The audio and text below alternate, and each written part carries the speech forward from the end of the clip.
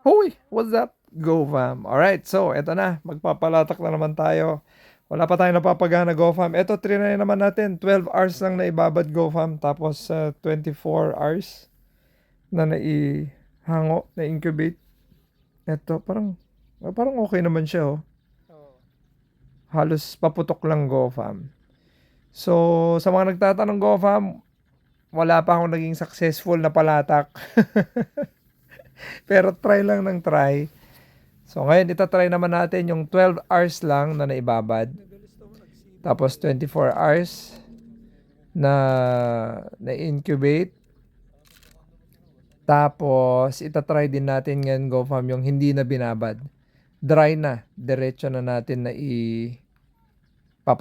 So ito nga pala yung Arise galing sa DA Go Fam. Ayan o. Ayan o. Medyo pumuputok naman na. Ayan o. Pwede pala yun ano. 12 hours lang. Tapos 24 hours na incubate. So, ito na. Putik-putik. Ayan, oh, kita nyo.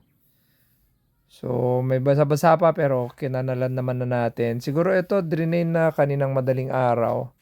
Mga 3 hours na to na drain Go fam. Ayan. So, testing. Isang beses pa pag ayaw talaga Go fam eh. Mukhang ayaw ata ako ng palatak. So, ito na.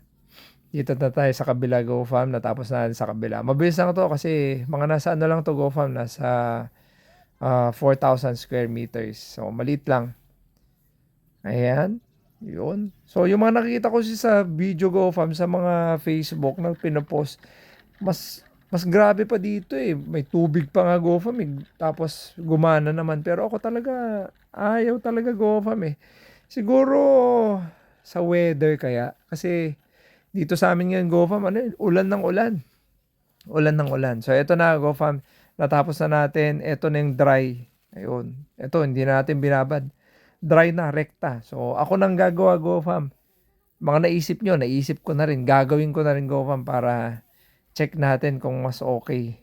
Kung ano mas okay, yung 24 hours na ibabad, 24 hours incubation, o yung 12 hours na ibabad, 24 hours incubation, o yung wala nang babad-babad Go fam. Rekta-rekta na. Pag gumana to, di maganda rin, di ba?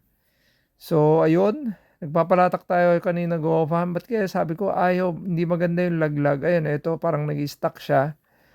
Ang salarin nandun Go fam. Makita nyo dito. Ayun, nakita nyo yung parang guhit. Ayun, no, yung parang guhit lang. Ayun, yan, yan, yan, yan, yan, yan. Yun, no. Guhit, yun. Parang meron siyang, di ko alam kung anong meron dito. Na singat Go fam. So, hindi na siya nagtataktak. Kaya pala hindi maganda yung laglag nung binhi Go fam. So, yun yung mga ano, titignan nyo Go fam. So, sa mga nagtatanong pala, ito Go fam ay plastic, 3D printed. Sabi kasi nila, weldingin mo eh. Kulit nyo talaga, welding. Paano mo welding yung plastic? So, yun. Ito. Dito natin papalatak Go fam yung dry. Ayan yung dry Go fam mo. So, settings natin nasa baba lang ng konti nung 25 kilos. So, naghihilom, ito yung ayoko eh, yung pag naghihilom kasi mga uh, previous na mga palatak natin Go fam, pag naghihilom, nabubulok. May mga tumutuloy pero mostly nabubulok Go fam. So, sana mapagana natin to kasi ang dami na nating inuulit sa palatak.